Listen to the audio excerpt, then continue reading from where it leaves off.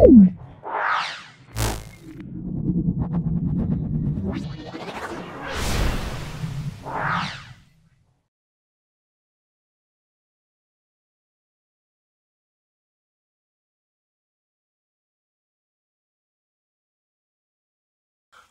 আমরা 16তম সেটটা সলভ করছি।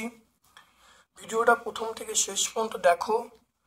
ক্লাস 10-এর ছাত্রছাত্রী যারা 2025-এ মাধ্যমিক পরীক্ষা দেবে তাদের জন্য অত্যন্ত কার্যকরী ভিডিও। খুব ভালো করে দেখো। তোমাদের সকল বন্ধু বান্ধবের মধ্যে আমার ইউটিউব চ্যানেলটা শেয়ার করে দাও। চলে এসো আজকের প্রথম প্রশ্নে। দেখো, জৈব গ্রিনহাউস গ্যাস হলো একটি জৈব গ্রিনহাউস গ্যাস। আমরা কি বলবো? সেটা মিথেন বলবো। আমরা বলবো জৈব গ্রিনহাউস গ্যাস, এটার নাম হলো মিথেন, CH4। তাহলে আমরা জৈব গ্রিনহাউস গ্যাস আমরা বলবো মিথেন বলবো, CH4 বলবো, এটা মনে রাখবে। তারপরে দেখে নাও তাহলে, আর যদি বলে একটা অজৈব গ্রিনহাউস গ্যাস তখন আমরা কিন্তু কার্বন ডাইঅক্সাইড বলবো। তাহলে জৈব গ্রিনহাউস গ্যাস অ্যান্সার কি হবে? মিথেন হবে। চাপের এসআই একক আমরা কি বলবো? দেখো, অপশন বি বলবো নিউটন পার মিটার স্কোয়ার বা নিউটন মিটার টু দি পাওয়ার -2। এটা আমরা বলবো। এর অপর নাম হলো পাস্কেল। এর অপর নাম কি বলবো? পাস্কেল, PA লিখলেও হবে। তারপর দেখে নাও, গ্যাসীয় পদার্থের আণবিক ভর m, বাষ্প ঘনত্ব d, সম্পর্ক কি m সমান 2d। দেখে নাও, m মানে আণবিক ভর সমান 2 ইন্টু বাষ্প ঘনত্ব, এটা মনে রাখবে। কোনটির মধ্য দিয়ে তাপ পরিবাহিত সর্বাধিক? রূপোর মধ্য দিয়ে তাপ পরিবাহিত সর্বাধিক। তারপরে 1.5-এর একটি সুস্থ চোখের স্পষ্ট দর্শনের ন্যূনতম দূরত্ব কত হবে? 25 সেন্টিমিটার। তাহলে 25কে আমরা 100 দিয়ে ভাগ করলে 0.25, তাহলে অ্যান্সার হবে অপশন সি হবে 0.25 মিটার।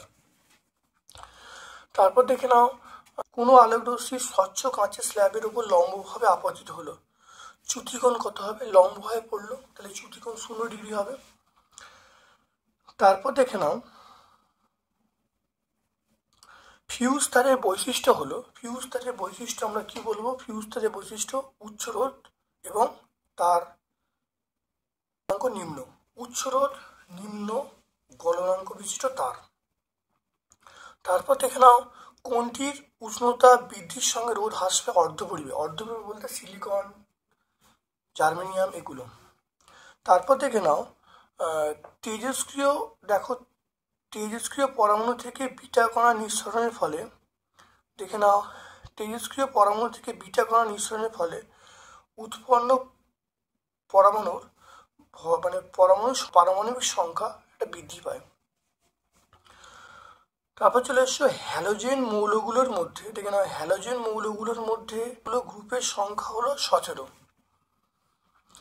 তারপর দেখে নাও, কোনটির মধ্যে সমযোজী বন্ধন বর্তমান? সমযোজী বন্ধন বর্তমান সেটা হলো আমরা বলবো হাইড্রোজেন ক্লোরাইড। তাহলে গ্যাসীয় হাইড্রোজেন ক্লোরাইড সেটা আমরা বলবো সমযোজী বন্ধন বর্তমান। আর তরলের মধ্যে তড়িৎ বন্ধন বর্তমান। কোনটি মৃদু তড়িৎ বিশেষ্য? এটা হলো CH3COOH, এটার নাম হলো অ্যাসিটিক অ্যাসিড। তারপর দেখো, কপার সালফেটের জলীয় দ্রবণে অতিরিক্ত পরিমাণে অ্যামোনিয়া যোগ করলে দ্রবণের বর্ণ কি হবে? দ্রবণের বর্ণ, কপার সালফেটের জলীয় দ্রবণে অ্যামোনিয়া যোগ করলে দ্রবণের বর্ণ কেমন হবে? এটা দেখে নাও। কপার সালফেটের জলীয় দ্রবণে যদি অ্যামোনিয়া যোগ করা হয় দ্রবণের বর্ণটা হয়ে যাবে গাঢ় নীল। দেখতে পাচ্ছ, দ্রবণের বর্ণ হয়ে যাবে গাঢ় নীল। তাহলে আমরা কোন অপশনটাই বলবো? আমরা বলবো অবশ্যই গাঢ় নীল বলবো। হ্যাঁ,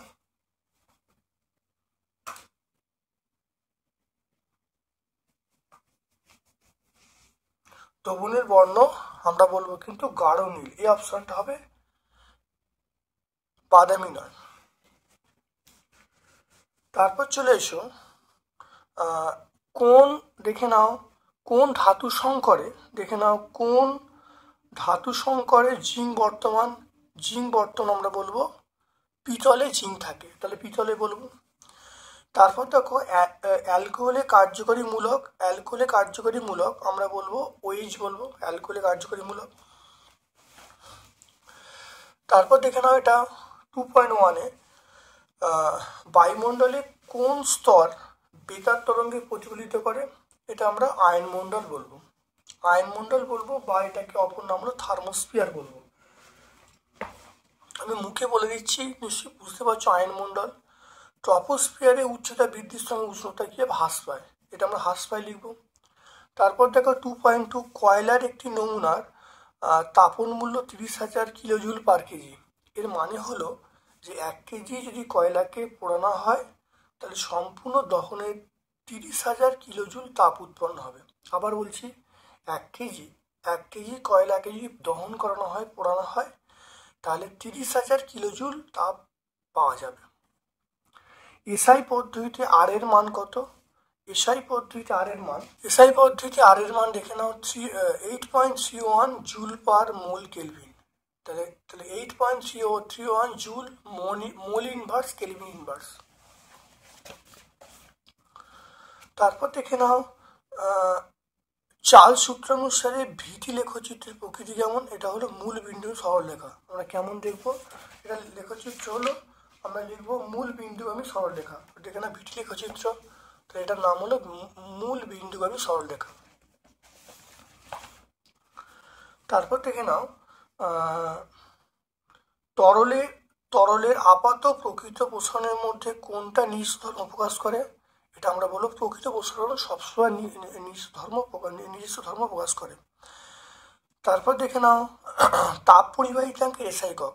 তাপ পরিবাহিতাঙ্কের এসআই একক অনেকবার হয়েছে, আমরা বলবো watt metre inverse kelvin inverse. একটু দেখে নাও, watt metre inverse kelvin inverse. তারপর দেখে নাও আলোর বিচ্ছুরণের প্রাকৃতিক উদাহরণ, আমরা বলবো রংধনু। আমরা কি বলবো, রংধনু বা রামধনু বলবো, রংধনু বলছি। তারপর দেখো হর্ষদৃষ্টি প্রতিকার করা হয়, আমরা কি বলবো, অবতল লেন্স। আমরা এটা অবতল লেন্স বলবো। 2.8 তড়িৎ প্রবাহ বিপরীত করলে বার্লোচক্র অভিমুখ উল্টো হয়ে যাবে। তাহলে তড়িৎ প্রবাহের অভিমুখ উল্টে দিলে বা বিপরীত করলে বার্লোচক্র অভিমুখ উল্টে যাবে। ডায়নামোতে কোন শক্তিতে, মনে রাখবে, ডায়নামোতে যান্ত্রিক শক্তিটা তড়িৎ শক্তিতে রূপান্তরিত হয়। পারমাণবিক চুল্লিতে কোন ধরনের নিউক্লিয় বিক্রিয়া ঘটে? এটা নিউক্লিয় বিভাজন। পারমাণবিক চুল্লিতে আমরা বলবো নিউক্লিয় বিভাজন। মনে রাখবে, বিভাজন কথাটা মনে রাখবে। এটি একটি প্রাকৃতিক তেজস্ক্রিয় মৌল। এটা লিখে দিয়েছি, থোরিয়াম বলবো, নেপচুনিয়াম বলবো, এগুলো সব প্রাকৃতিক তেজস্ক্রিয় মৌল।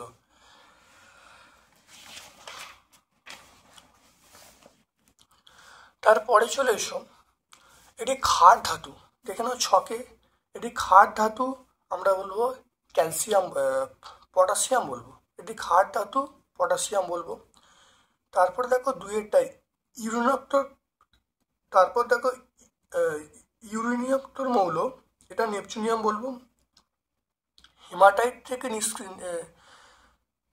নিষ্কাশিত হয়, এটা লোহা হবে।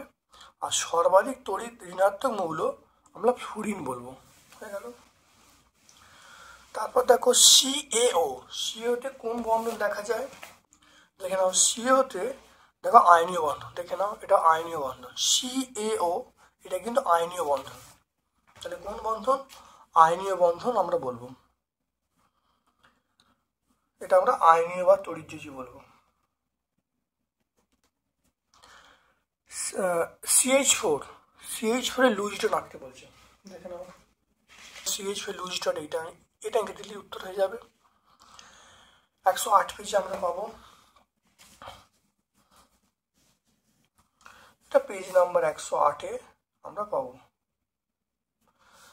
তারপর দেখো A এবং B দুটি মৌল আছে যাদের পরমাণু ক্রমাঙ্ক 11 এবং 17। এটা তড়িৎযোজী সমযোজী বলতে বলছে। দেখে নাও, বলা আছে 11 আর বিটার বলা আছে 17। 11টা ভাঙলে 2, 8, 1। 17টা ভাঙলে আমরা কত বলবো, 2, 8, 7। তাহলে দেখে নাও, তাহলে এর তাহলে যোজ্যতা কত? এর তাহলে যোজ্যতা 1, এরও যোজ্যতা 1। তাহলে এর একটা বেশি, এর একটা কম। তাহলে এটা অবশ্যই কোন বন্ধন তৈরি হবে? তাহলে যৌগটা হবে AB। যৌগটা আমরা কি বলি, AB। এটা অবশ্যই তড়িৎযোজী যৌগ। কোন যৌগ হবে? এটা আমরা অবশ্যই কি বলবো, তড়িৎচয়ী যৌগ তৈরি, তড়িৎচয়ী। তারপর দেখে নাও অ্যালুমিনিয়াম থেকে, অ্যালুমিনিয়াম নিষ্কাশন আনতে ক্যাথোডে, অ্যালুমিনিয়াম নিষ্কাশনের সময় ক্যাথোডে কি পাওয়া যায়? ক্যাথোডে আমরা কি পাবো? ক্যাথোডে আমরা পাবো অ্যালুমিনিয়াম পাবো। ক্যাথোডে কি পাওয়া যায়? অ্যালুমিনিয়াম পাবো। আচ্ছা, ক্যাথোডে দেখে নাও, ক্যাথোডে আমরা কি পাবো? ক্যাথোডে পাবো আমরা পাবো অ্যালুমিনিয়াম, আর অ্যানোডে পাবো অক্সিজেন। তাহলে অ্যানোডে অ্যান্সার হলো, এখানে অ্যানোডে দেওয়া আছে, তাহলে অ্যানোডে আমরা কি পাবো? অক্সিজেন গ্যাস পাবো, O2। নেজলার বিকারকের সঙ্গে অ্যামোনিয়ার বিক্রিয়ার রং কেমন হবে?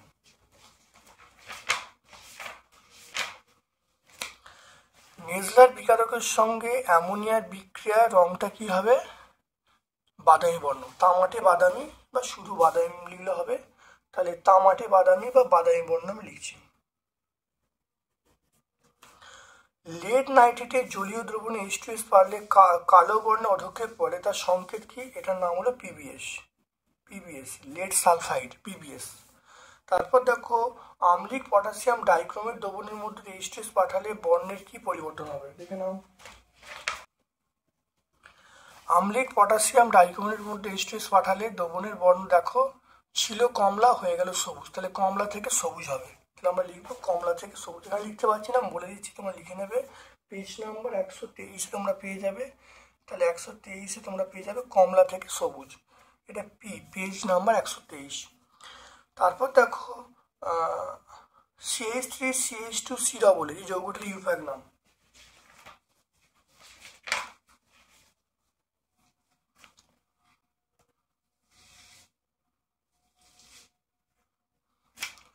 CH3 এটা দেখো না, CH3CH2 এর নাম হলো প্রোপানোয়িক অ্যাসিড। কি নাম বলবো? Propanoic acid. তাহলে অ্যান্সার হবে প্রোপানোয়িক অ্যাসিড। ইউপ্যাক নাম হয়ে গেল। এটা পেজ নাম্বার তোমরা 143 পাবে।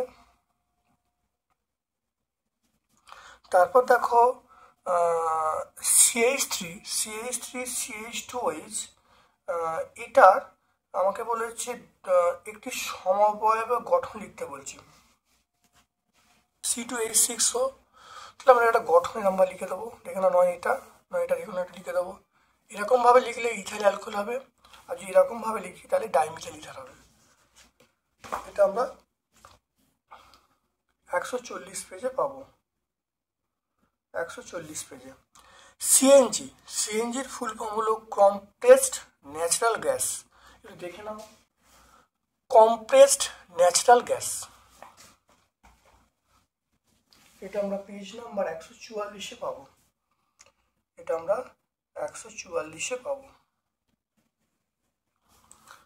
তারপর দেখে নাও 3.1, জ্বালানির তাপন মূল্য বলতে কি বোঝো? কয়লা এবং ডিজেলের মধ্যে কার তাপন মূল্য বেশি? 1 কেজি ভরের কোনো কঠিন বা তরল জ্বালানি অথবা 1 মিটার কিউব আয়তন বিশিষ্ট কোনো গ্যাসীয় জ্বালানির সম্পূর্ণ দহনে যে পরিমাণ তাপশক্তি উৎপন্ন হয় তখন তাকে তাপন মূল্য। আচ্ছা, তারপর দেখো পরের প্রশ্ন দেখো, কয়লা এবং ডিজেলের মধ্যে কার তাপন মূল্য বেশি? দেখে নাও, কয়লা এবং ডিজেল খুব ভালো করে দেখে নাও। দেখো কয়লা দেখো, আর এখানে দেখো ডিজেল দেখো। কয়লা দেখো একদম সবার উপরে আছে কম, আর ডিজেল দেখো অনেক জিনিস দেখো বেশি আছে। তাহলে অবশ্যই আমরা বলবো ডিজেল বলবো।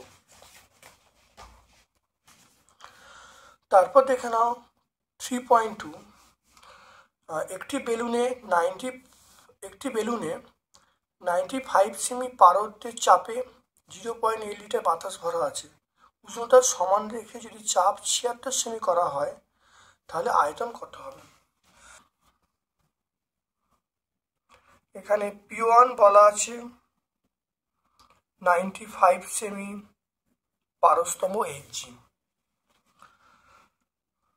তারপরে যা বলা আছে V1 বলা আছে 0.8 লিটার। P2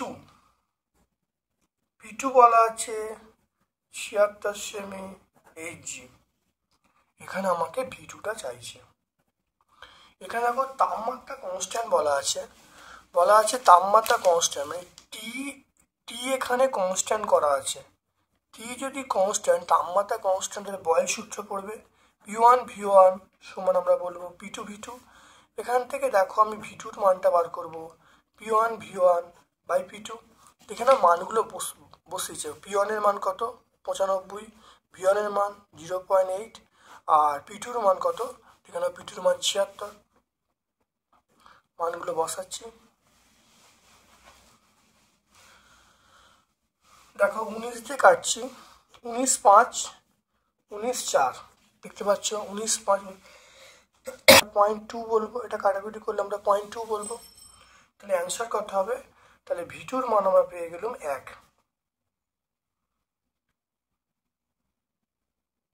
মনে রাখবে এখানে অন্তিম আয়তন বেরিয়েছে, আমরা লিখব অন্তিম আয়তন। অন্তিম আয়তন আমরা কি বলবো, এটা 1 লিটার বলবো। অন্তিম আয়তন আমরা বলবো 1 লিটার।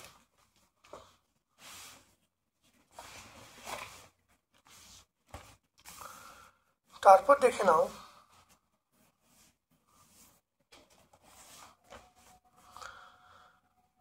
এটা অথবা প্রশ্ন দেখো, একটি নির্দিষ্ট তাপমাত্রায় 800 মিলিমিটার চাপে নির্দিষ্ট পরিমাণ গ্যাসের আয়তন 100 সিসি, একই উষ্ণতায় কত চাপে আয়তন 75 সিসি হবে। দেখে নাও অথবা অঙ্কটা। P1 বলা আছে 800 মিলিমিটার Hg, P1 বলা আছে। V1 বলা আছে 100 সিসি। এরপর দেখো এখানে দেখো বলা আছে P2-র মানটা আমার চাইছে, আর V2-র মানটা এটা বলা আছে 75 সিসি। তাহলে P1 V1 দেওয়া আছে, V2-র মানটা দেওয়া আছে, P2-র মান চাইছে। একই তাপমাত্রা বলা আছে, মানে এখানে টি সমান কনস্ট্যান্ট হওয়ার জন্য বয়েল সূত্র প্রয়োগ করা যাবে। P1 V1 সমান আমরা বলবো P2 V2। এখান থেকে দেখো P2-র মানটা যদি বার করি, তাহলে P2-র মানটা আমরা বলবো P1 V1 বাই V2। তাহলে P1 এর মান কত, P1 এর মান আমরা 800 বলবো, V1 এর মান আমরা কত বলবো 100 বলবো, আর এখানে আমরা কি বলবো V2-র মান কত আছে, V2-র মান 75 বলছি। এবারে কাটাকুটি করছি 25 দিয়ে, 25 3 আর 25 এটা 4, এটা কাটাকুটি করে দেখো কত আসছে 1066.67, 1066.67। চাপ, তাহলে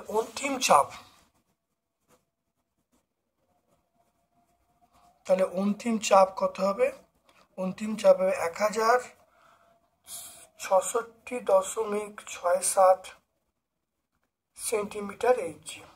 দেখে নাও অ্যান্সার পেয়ে গেলাম।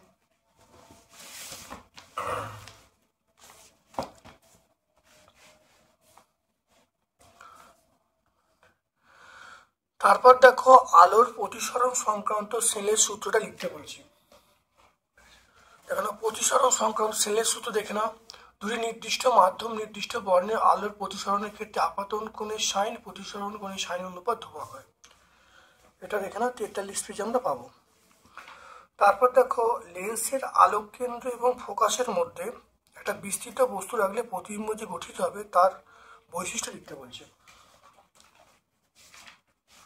লেন্সের আলোক কেন্দ্র এবং ফোকাসের মধ্যে একটা বস্তু রাখা হয়েছে। দেখো প্রতিবিম্বটা গঠিত হয়, তাহলে প্রতিবিম্বটা কেমন হবে, সমশীর্ষ হবে, বিবর্ধিত বা অসর হবে। 400 ওহম রোধের বাল্বকে 220 ভোল্ট বিভব প্রভেদে যুক্ত করলে ক্ষমতা কত হবে, দেখে নাও। তাহলে এখানে আর এর মান দেখো দেয়া আছে, আর এর মান দেখো 400 ওহম, ভি এর মান দেয়া আছে 220 ভোল্ট। তাহলে এখান থেকে আমরা পাবো ক্ষমতা পি সমান ভি স্কয়ার বাই আর। তাহলে ভি মানে 220 স্কোয়ার, আর মানে 400। তাহলে এখান থেকে দেখো পি এর মান তোমরা 220 ইন্টু 220 বাই 400, এটা কাটলে এটা 2, এটা কাটলে 11, এটা কাটলে 11, তাহলে পি এর মান পেয়ে গেলাম 11 11 121 আমরা পাবো। পি এর মান 121 পাবো।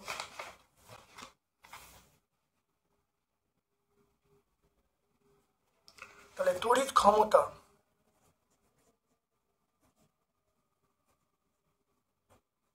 তড়িৎ ক্ষমতা 121 ওয়াট আমরা পেয়ে যাব। তাহলে তড়িৎ ক্ষমতা আমরা পেয়ে যাবো 121 ওয়াট। তাহলে আর এর মান পেয়ে গেলাম, ভি এর মান পেয়ে গেলাম। তাহলে পি সমান ভি স্কয়ার বাই আর, মান বসিলাম, বসে তড়িৎ ক্ষমতা পেয়ে গেলাম 121 ওয়াট। দেখে নাও তারপরে বলা আছে 20 ওহম রোধ বিশিষ্ট একটি তারকে দুভাগ করা হলো, সমান্তরাল সমবায় যুক্ত করা হয়েছে, তুল্য রোধ কত হবে? দেখে নাও, দেখতে পাচ্ছ ছবিটা এইরকম ভাবে হবে। তাহলে একটা 10 ওহম আর একটা 10 ওহম হবে। তাহলে এটা হলো 10 ওহম, এটা আমরা 10 ওহম বলবো, কারণ 20 ওহমকে আমরা দুভাগে ভাগ করেছি। এটা এ বিন্দু, এটা হলো বি বিন্দু। তাহলে তাহলে দেখে নাও, এটা যদি R1 ধরি, তাহলে R1 সমান এটা R2 ধরি, তাহলে তুল রোধ কত হবে? তুল রোধ আমরা বলবো সেটা হলো R1 ইন্টু R2। দেখো R1 into R2 by R1 plus R2। তাহলে আবার দুটো রোধের গুণফল বাই যোগফল, দুটো রোধের গুণফল মানে 10 ইন্টু 10 বাই দুটো রোধের যোগফল 10 প্লাস 10 করলে কত হবে? দেখো 10 ইন্টু 10, এটা করলে দেখো যোগ করলে 20 হবে, শূন্যটা কেটে দাও, এটা কত হবে? 5 হবে। তাহলে 5 পেয়ে গেলাম। অতএব সমান্তরাল সমবায়ের তুল্য রোধ, সমান্তরাল সমবায়ের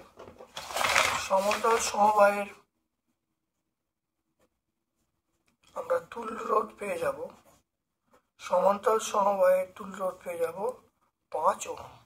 তো এটা ওহমের চিহ্ন, এই চিহ্নটা ওহম, ওহমে 5 ওহম পেয়ে যাব। তারপরে দেখে নাও 3.5 চিনি জলীয় দ্রবণ তড়িৎ পরিবহন করে, সোডিয়াম ক্লোরাইডে জলীয় দ্রবণ চিনি তড়িৎ পরিবহন করে না কেন? এর উত্তরগুলো সব একই হবে। মনে রাখবে, চিনি গলিত অবস্থায় অ্যানায়ন ক্যাটায়ন উৎপন্ন করতে পারে না, তাই তড়িৎ উৎপন্ন করতে পারে না। সোডিয়াম ক্লোরাইড জলীয় দ্রবণে বিয়োজিত হয়ে আয়ন উৎপন্ন করতে পারে, অর্থাৎ ক্যাটায়ন অ্যানায়ন উৎপন্ন করতে পারে, সেই জন্য সোডিয়াম ক্লোরাইডে জলীয় দ্রবণ তড়িৎ উৎপন্ন করতে পারে। এইটুকু কথা তোমরা লিখলে কিন্তু ফুল মার্কস পেয়ে যাবে। এবারে ক্যাটায়ন অ্যানায়ন কি, মানে সোডিয়ামকে যদি ভাঙা হয় তাহলে Na+Cl আয়ন উৎপন্ন হবে, এটা লিখতেও পারো, নাও লিখতে পারো। তারপর চলে এসো ন্যাপথলিন এবং সোডিয়াম ক্লোরাইডের দুটো ধর্মের তুলনা করতে বলছে। ধর্ম দুটো কি? একটা হলো গলনাঙ্ক আর একটা জলে দাব্যতা। দেখে নাও, ন্যাপথলিন, দেখো ন্যাপথলিন সোডিয়াম ক্লোরাইড, ন্যাপথলিনের দেখো গলনাঙ্ক অনেক কম, সেটা কত? 80 সেন্টিগ্রেড, 80। আর সোডিয়াম ক্লোরাইড অনেক বেশি, সেটা 801 ডিগ্রি সেন্টিগ্রেড। ন্যাপথলিন হলো জলে অদাব্য, সোডিয়াম ক্লোরাইড হলো জলে দাব্য। দেখে না ভালো করে। তারপরে দেখে নাও 3.7 নাইট্রোলিন কি, এর ব্যবহার লিখতে বলছে। নাইট্রোলিন দেখো ক্যালসিয়াম সাইনামাইড এবং কার্বনের ধূসর মিশ্রণকে আমরা নাইট্রোলিন বলবো। ক্যালসিয়াম সাইনামাইড এবং কার্বনের ধূসর মিশ্রণকে আমরা নাইট্রোলিন বলবো। এটা আমরা জমিতে সার হিসেবে ব্যবহার করব। তারপর দেখো কপার সালফেট, কপার তড়িৎদ্বার ব্যবহার করে কপার সালফেট তড়িৎ বিশ্লেষণ ঘটালে যে তড়িৎদ্বারে বিক্রিয়া যে ঘটবে সেটা লিখতে বলছে। এটা আমরা 115 পেজে পাবো।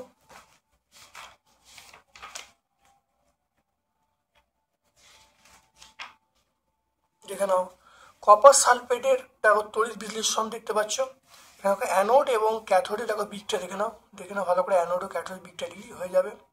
এখানে অ্যানোডটা ক্ষয়প্রাপ্ত হবে।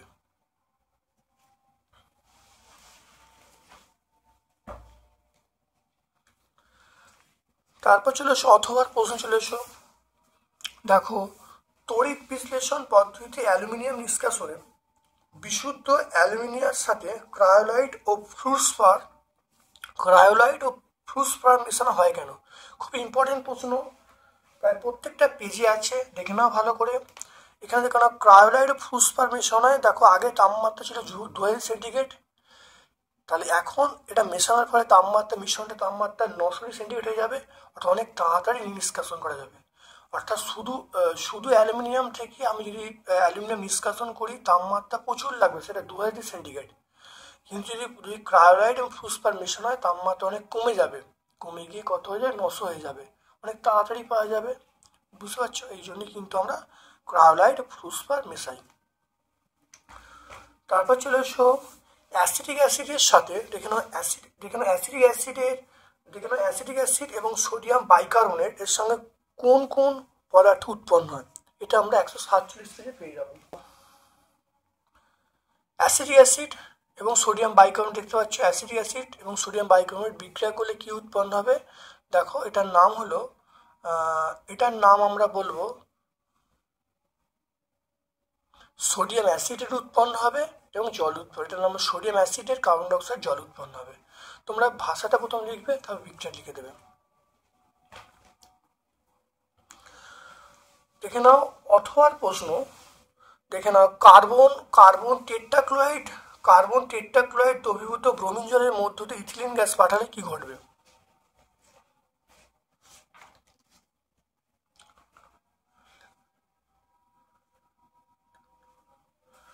দেখো ব্রোমিন জলের সঙ্গে যদি ইথিলিন গ্যাস বিক্রিয়া করানো হয় তাহলে কি উৎপন্ন হবে?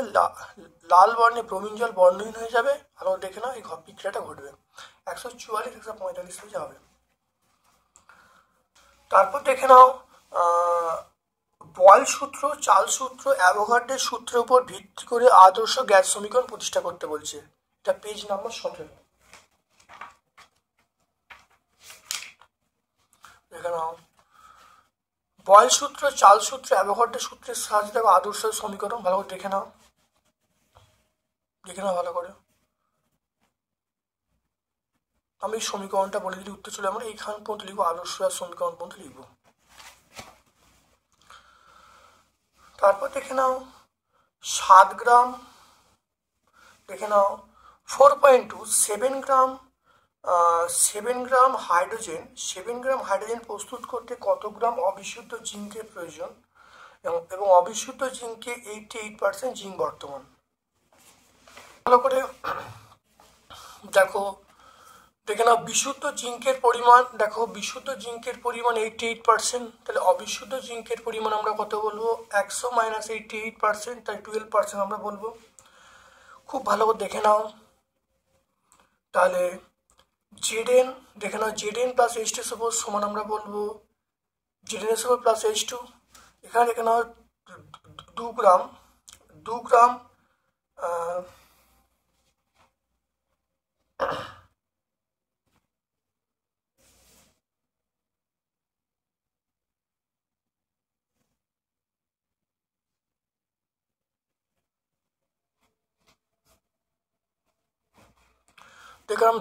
দেখে নাও 2 গ্রাম হাইড্রোজেন পেতে জিঙ্ক লাগবে 65.5 গ্রাম। একে কত আর সাথে কত? তারপর বার করলে পেয়ে গেলাম 229.25।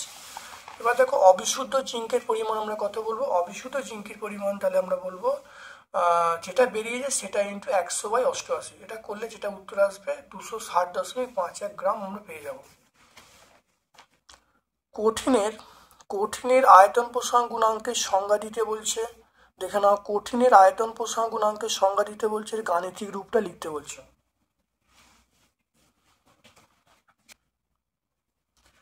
দেখে নাও কঠিনের আয়তন প্রসারণ গুণাঙ্ক, কোনো কঠিন পদার্থের প্রতি একক তাপমাত্রা বৃদ্ধিতে যে একক আয়তনে যে আয়তন প্রসারণ ঘটে তাকে পদার্থের আয়তন প্রসারণ গুণাঙ্ক বলে। দেখুন আয়তন প্রসারণ গুণাঙ্ককে আমরা বলবো গামা, সেটা হলো গামা সমান V2 - V1/V1 into T2 minus T1, এর একক আমরা বলবো K⁻⁻1 F⁻⁻1 degree centigrade minus 1।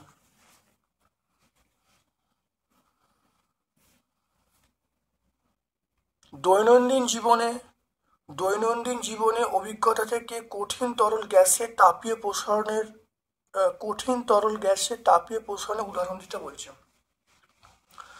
দেখো, কঠিনের প্রসারণ আমরা বলবো, ধরো কোনো লোহার দণ্ডকে উত্তপ্ত করছো, তাহলে সেটা হলো কঠিনের প্রসারণ ঘটবে। কোনো লোহার দণ্ডকে উত্তপ্ত করা। তরলকে, ধরো মনে করো তুমি জলকে উত্তপ্ত করছো বা অ্যালকোহলকে উত্তপ্ত করছো, সেটা হলো তরলের প্রসারণ। আর গ্যাসের আমরা কি বলবো, ধরো অক্সিজেন বা কার্বন ডাইঅক্সাইড গ্যাসকে উত্তপ্ত করছো, তাহলে সেখানে প্রসারণ ঘটবে। তাহলে এটা হলো কোনো লোহার দণ্ডকে উত্তপ্ত করা। এটা তরল বলতে আমরা জল বলতে পারি, অ্যালকোহল বলে উত্তপ্ত করা, আর গ্যাসে বলতে অক্সিজেন কার্বন ডাইঅক্সাইড উত্তপ্ত করা বোঝাচ্ছে। তারপর চলে এসো 4.4-এ চলে এসো, সেটা প্রিজমের মধ্য দিয়ে আলোর প্রতিসরণের ক্ষেত্রে প্রমাণ করতে বলছে ডেল্টা সমান I1 প্লাস I2 মাইনাস এ। অনেকবার হয়েছে, এটা পেজ নাম্বার 45, প্রত্যেকটা পেজে আছে। এবছর পরীক্ষার জন্য অত্যন্ত ইম্পর্টেন্ট। এটা নতুন করে আমি ব্যাখ্যা করছি না বা বলছি না।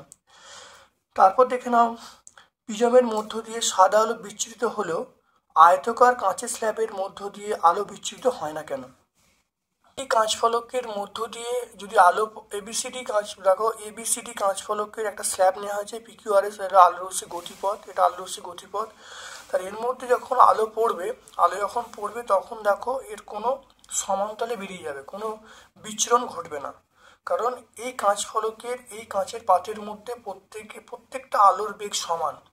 তাহলে আলোর বেগ সমান হওয়ার জন্যে আলো বিচ্ছুরিত হয় না। তাহলে শুধুমাত্র দেখো চ্যুতিও ঘটবে না, আলোরশ্মি শুধু পার্শ্ব সরণ ঘটবে। তাহলে যখন কোনো সমান্তরাল কাঁচ ফলকে আলো পড়বে তখন সে আলোটা দেখো পার্শ্ব সরণ ঘটেছে, কোনো চ্যুতি ঘটবে না, কারণ পরস্পর প্যারালালে বেরিয়ে যাবে, সমান্তরালে বেরিয়ে যাবে। আর যেহেতু কাঁচের সমগ্র অংশে ঘনত্ব এক, অর্থাৎ মানে প্রতিসরাঙ্কের মানটা এক, তাই আমরা বলবো যে এর মধ্যে আলো বিচ্ছুরিত হবে না। ঠিক আছে, কিন্তু প্রিজমের মধ্যে যখন আলো যাবে তখন প্রিজমের বিভিন্ন তল আছে, তাহলে বিভিন্ন তলের ক্ষেত্রে বিভিন্ন প্রতিসরাঙ্ক দেখা যায়। তাহলে বিভিন্ন প্রতিসরাঙ্ক দেখা যাওয়ার জন্য সাদা আলোটা ভেঙে যায় বা বিশ্লিষ্ট হয়।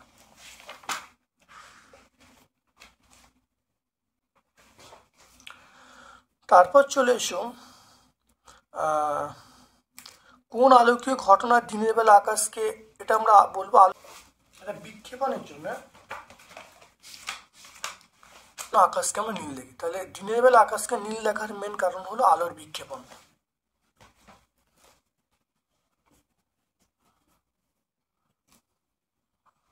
তারপর দেখো, বাড়িতে 10টি 40 ওয়াট বাতি, 5টি 80 ওয়াট পাখা, একটি টিভি 6 ঘন্টা করে চলছে, 30 দিনে কত বিদ্যুৎ শক্তি ব্যয় হবে?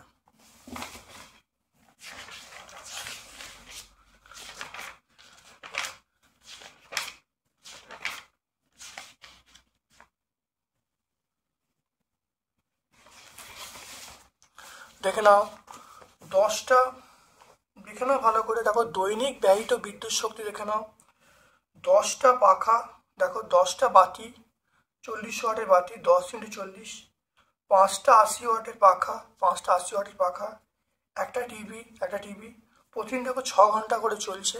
তাহলে 6 ঘন্টা প্রতিদিন চললো, বাই 1000 করলাম, তাহলে ওয়াট ঘন্টা 1000 এককটা হবে কিলোওয়াট আওয়ার। এটাকে গুণ করা হয়েছে, গুণ করে দেখো কত আসছে, 5.28 কিলোওয়াট আওয়ার। এবার দেখো বলা আছে 30 দিনে, দেখে নাও 30 দিনে কত খরচ হবে দেখে নাও। তাহলে এটা আমরা 30 দিনে ব্যয়িত বিদ্যুৎ শক্তি বা ব্যয়িত তড়িৎ শক্তি আমরা কত বলবো, যেটা বেরিয়ে যাচ্ছে 30 গুণ করবো, গুণ করলে কত আসবে সেটা হলো 158.4 কিলোওয়াট আওয়ার বা এত বিওটি আমরা বলবো। দেখে নাও প্রতি ইউনিট যদি 6 টাকা খরচা, তাহলে কত খরচা হবে, দেখো 6 টাকা,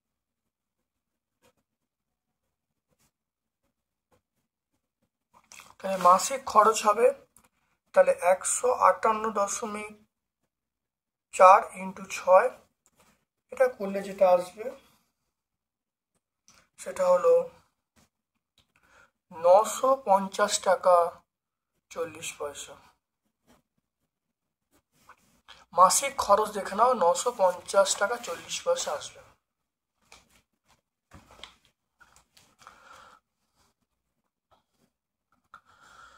তারপর দেখে নাও একটি তারের মধ্য দিয়ে, অথবা প্রশ্ন দেখে নাও একটি তারের মধ্য দিয়ে 1 অ্যাম্পিয়ার তড়িৎ প্রবাহিত হচ্ছে। 15 মিনিটে যদি 1050 ক্যালোরি তাপ উৎপন্ন হয় তাহলে বিভব প্রভেদ কত হবে? এর মানটা দেখে নাও 1 অ্যাম্পিয়ার, টি এর মান 15 মিনিট, 15 ইন্টু 60 সেকেন্ড, এইচ এর মানটা 1050 ক্যালোরি। এখানে বলেছে যে প্রান্তীয় বিভব প্রভেদ কত হবে। প্রান্তীয় বিভব প্রভেদ কত হবে দেখে নাও, খুব ভালো দেখে নাও। আমরা জানি এইচ সমান I square R T by J, এটা আমরা জানি। এইচ এর মান দেখো 1050, আই স্কোয়ার মানে 1 স্কোয়ার, আর এর মান আর বসালাম, টি এর মান 15 ইন্টু 60 বাই জি এর মান আমরা বলবো 4.2। তাহলে এখান থেকে আমরা আর এর মান দেখো বার করছি, আর সমান 1050 ইন্টু 4.2 বাই আমরা বলবো 15 ইন্টু 60, এটা বলবো, শূন্যগুলো কেটে গেল। আর এর মানটা আমরা এখান থেকে পেয়ে যাব, যদি আমরা ক্যালকুলেটরের সাহায্য নিই তাহলে এটা আমরা পেয়ে যাব 29.4 ওহম। তাহলে আমরা রোধের মানটা পেয়ে গেলাম, রোধ আমরা পেয়ে গেলাম 29.4 ওহম। তাহলে অঙ্কটা পড়া যাক। অঙ্কটা বলা আছে প্রান্তীয় বিভব প্রভেদ কত হবে।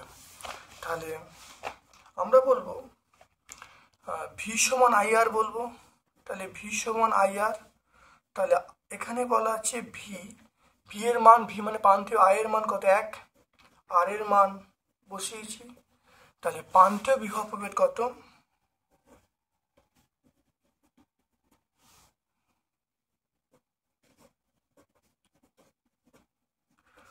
প্রান্তীয় বিভব প্রভেদ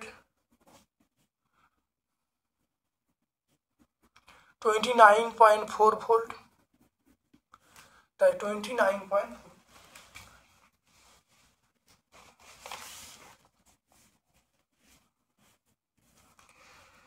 তারপরে দেখে নাও তড়িৎ প্রবাহের, অথবা দেখো 4.7 তড়িৎ প্রবাহের তাপীয় ফল সংক্রান্ত জুলের সূত্র, পেজ নাম্বার 71-এ দেখো পেয়ে যাবো জুলের, দেখো 3টে সূত্র আমরা এখান থেকে পেয়ে যাবো। দেখো জুলের 3টে সূত্র।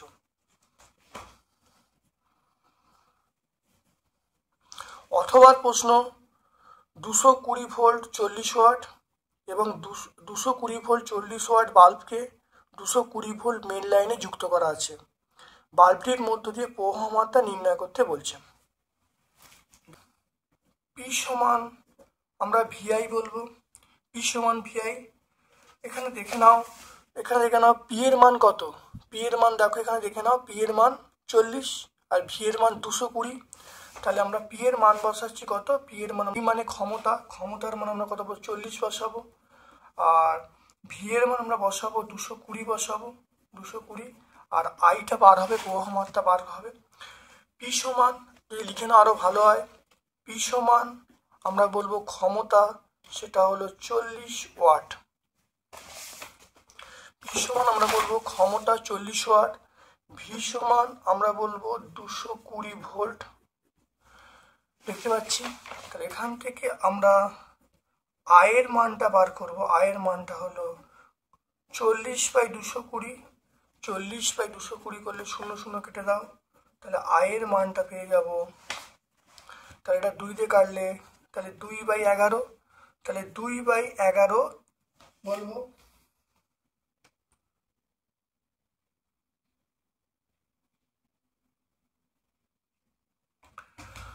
এটা ভাগ করা হয়, ভাগ করলে আমরা পাবো 0.18।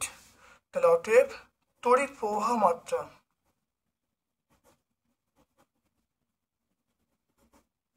তড়িৎ প্রবাহ মাত্রা এটা 0.18 অ্যাম্পিয়ার। তড়িৎ প্রবাহ মাত্রা আমরা কত বলবো? 0.18 অ্যাম্পিয়ার। দেখে না ভালো করে। তারপরে দেখো থ্রি পিন প্লাগের মোটা 3 পিন প্লাগ টপের মোটা পিনটির নাম কি? মোটা পিনটা 8 পিনের সঙ্গে যুক্ত, তাই অপর নাম হলো 8 পিন। তারপরে চলে এসো ভর ত্রুটি বলতে কি বোঝো? ভর ত্রুটি এটা আমরা পাবো পেজ নাম্বার দেখো 51 পাবো, আমরা 91 পেজে পাবো। এটা আমরা 91 পেজে পাবো, দেখে নাও।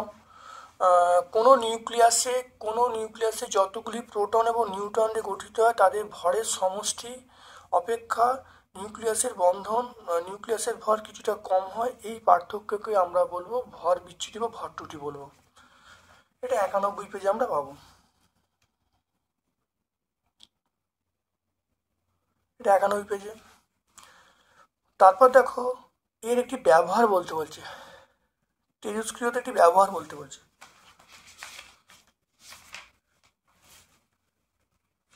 দেখে নাও, একটা হলো চিকিৎসা বিজ্ঞানে, 2 নম্বর হলো পৃথিবীর বয়স নির্ণয় করতে, 3 নম্বর হলো রেডিও কার্বন রেটিং দ্বারা জীবাশ্মের বয়স নির্ণয় করতে। তারপর দেখে নাও আমরা 4.9 দেখো হাইড্রোজেনের ধর্মের সঙ্গে গ্রুপ মৌলগুলোর ধর্মের, মানে গ্রুপ মৌলগুলো বলতে 1 নম্বর এবং 17 নম্বর যে মৌলগুলো আছে, মানে অর্থাৎ দেখো হাইড্রোজেন ধর্মের সঙ্গে 1 নম্বর গ্রুপের মৌলগুলো ধর্ম এবং 17 নম্বর গ্রুপের মৌল হলো সাদৃশ্য লিখতে বলছে। দেখে নাও ভালো করে।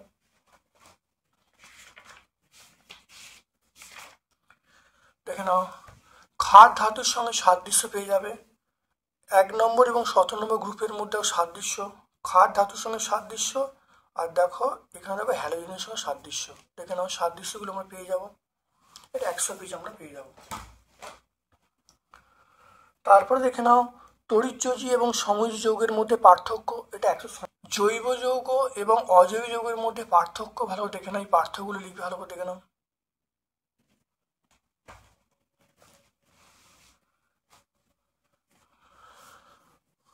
তারপর দেখে নাও স্পর্শ পদ্ধতিতে SO2 থেকে SO3 প্রস্তুতির সমীকরণ লিখতে বলছে, অনেকবার হয়েছে, প্রত্যেকটা পেজে আছে, এটা 127 পেজে তোমরা পেয়ে যাবে, আর নতুন করে এটা ব্যাখ্যা করছি না।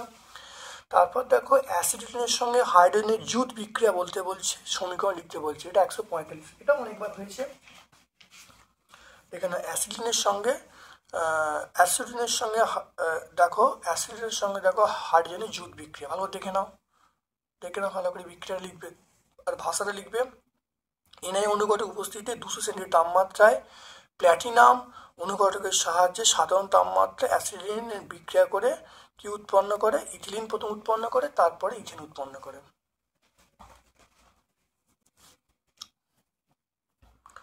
তারপর দেখে নাও এলপিজি একটা ব্যবহার লিখতে বলছে।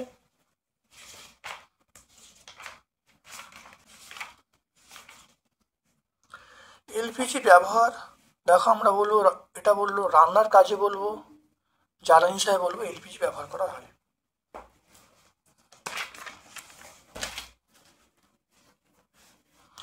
তারপর দেখে নাও কিভাবে পরিবর্তন করবে। এটা CH3 CH2OH এ থেকে CH2 ডবল বন্ড CH2 দেখে নাও, অর্থাৎ অ্যাসিড দেখে নাও ইথেল অ্যালকোহলের মধ্য দিয়ে যদি গাঢ় H2SO4 এবং 170 সেন্টিগ্রেড তাপমাত্রা প্রয়োগ করি তাহলে ইথিন বা ইথিলিন উৎপন্ন, ভালো দেখে নাও। তারপর দেখো প্রকৃতিতে জৈব পলিমার প্রোটিনের বায়োডিগ্রেডেশন হয় কিভাবে, দেখে নাও। এগুলি অণুজীব, মানে এই যে জৈব বিশ্লেষ্য পলিমারগুলো, এগুলি অণুজীব নিশ্চিত এনজাইম দ্বারা বিশ্লিষ্ট হয়ে সরল অণুতে পরিণত হয়। তাহলে বলবে অণুজীব নিশ্চিত এনজাইম দ্বারা বিশ্লিষ্ট হয়ে সরল অণুতে পরিণত হয়, এটুকু বললেই হবে। পেজ নাম্বার 146 আমরা পেয়ে যাব। তাহলে আজকে আমরা এই পেজটা ব্যাখ্যা করলাম। ভিডিওটা কেমন লাগলো কমেন্ট সেকশানে কমেন্ট করবে। যদি ভালো লাগে একটা লাইক করবে, তোমাদের সকল বন্ধুবান্ধবের মধ্যে আমার ইউটিউব চ্যানেলটা শেয়ার করে দেবে। আমার পক্ষ থেকে সকলকে ধন্যবাদ এবং শুভকামনা জানিয়ে আজকের মতো ভিডিও শেষ করলাম। Thank you.